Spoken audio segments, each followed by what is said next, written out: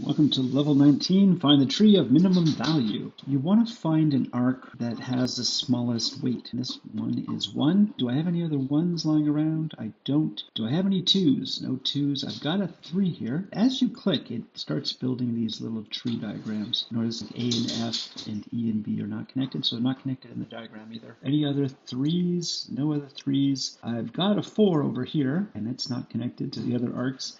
And I have another 4 right here, and it is connected. And so look what happens when you connect. So now we have E to B to A to F. It draws your path. Do we have any other 4s? No other 4s. But I've got a 5 here. I can't use this 5. If I did, look what happens. If I went from F to B, you could go from B to A and A to F, and that gives you a circuit. And you're trying to make simple paths without making circuits. That's the catch. No circuits. That would make a circuit, and we can't do that. So let's discount that. I'm just going to put a little X here on the 5 to remind me that I've looked at it, can't do the 5. I have another 5 down here. I could use this 5. Just click on it. It doesn't make a circuit, and it connects this CD, right? So we have E to B to A to F, and we've got a little connector going to CD. This is building the tree diagram for us. Right down here. After the 5, I would do the 6, but we get another circuit. Let me show you what I mean. If I did this 6, we would get a circuit that looks like this. It's a pretty long one.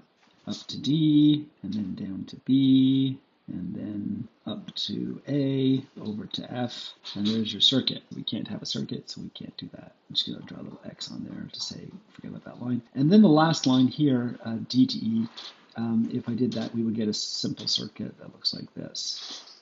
To B, and back to E. We can't do that either. So 9 is out. And you don't have to put X's on here, and especially not on the last arc, because the X's are just for you to help you know that not to highlight this. This is my path. Press enter. If you make a mistake, it'll show you the right tree, and it'll give you an animation of how it found the right tree down here. And you can pause this or resume it. So you can press pause at any point, press resume. When it gets to the end, it pauses for a second. If you want, you can pause it, just totally freezes it in a finished state. Here, let's try one more. So I'm looking for the smallest because it's a tree minimum value. So I start off with the 1. Do I have any other 1s? I don't see any, but I've got a 2 here and a 2 there. Do I have any other 2s? No, but I've got a 3 right here, and that doesn't make a circuit. That's good. Do we have any other 3s? No 3s. No 4s, no 5s, no 6s. I've got a 7, which I can't use. If I did this 7, we would end up with a circuit that looks like this. Okay, it makes a little triangular circuit. We can't do that. I'm just going to put a little X on the 7 to help me ignore that arc. And after 7, do we have any 8s? No 8s. Well, we got a 9 here, and once again, that is going to make a triangular circuit. So if I did this 9, I would end up with a triangular circuit that looks like this. And we don't want to do that. We will discount this line as well. After 9, do we have any 10s? No 10s. We've got an 11. That makes a triangular circuit as well. That looks like this. This is 11, and it totally works. We can totally do that. So I'm going to just click on that. It doesn't make a circuit. This 11 down here also doesn't make a circuit. It just makes our tree a bit longer. 12. I've got a pair of 12s. This is the 12. If I did this 12, let's see what happens. If I did this 12, we would end up with a wonky looking circuit that looks like this.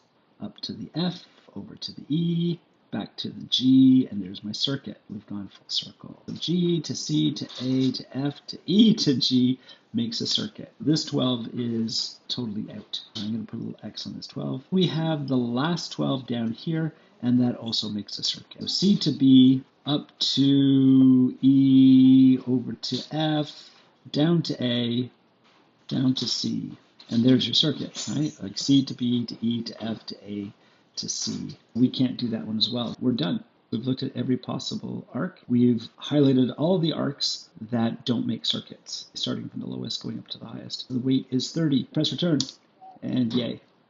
Let's just do one more. I'm looking for the 1s. I don't have any 1s, but I've got a 2 here. Don't have any 3s. I have a 4. No 5s, no 6s. I got a 7. There's my 7. Any 8s? No 8s. No. Oh, we got a 9 here. Then we have a 10. This 10 would form a circuit. By the way, if it did form a circuit, yeah, you could see that there's some wonkiness, like there's a line going through the D here. It's really hard to see it in this diagram. Don't rely on this. Rely on up here. Just have a look. You can draw it out if you want using your pencil tool. I'm going from D to E, and down to B, back to A, from A back to D. There's my circuit. It's like a big, huge, very pointy 8. It's going like that. That's your circuit. I'm just going to put a little X through the 10 to say, hey, this 10 does not work. This 10 doesn't work either, because we would get a circuit that went from D to C to B to A to B to A to D.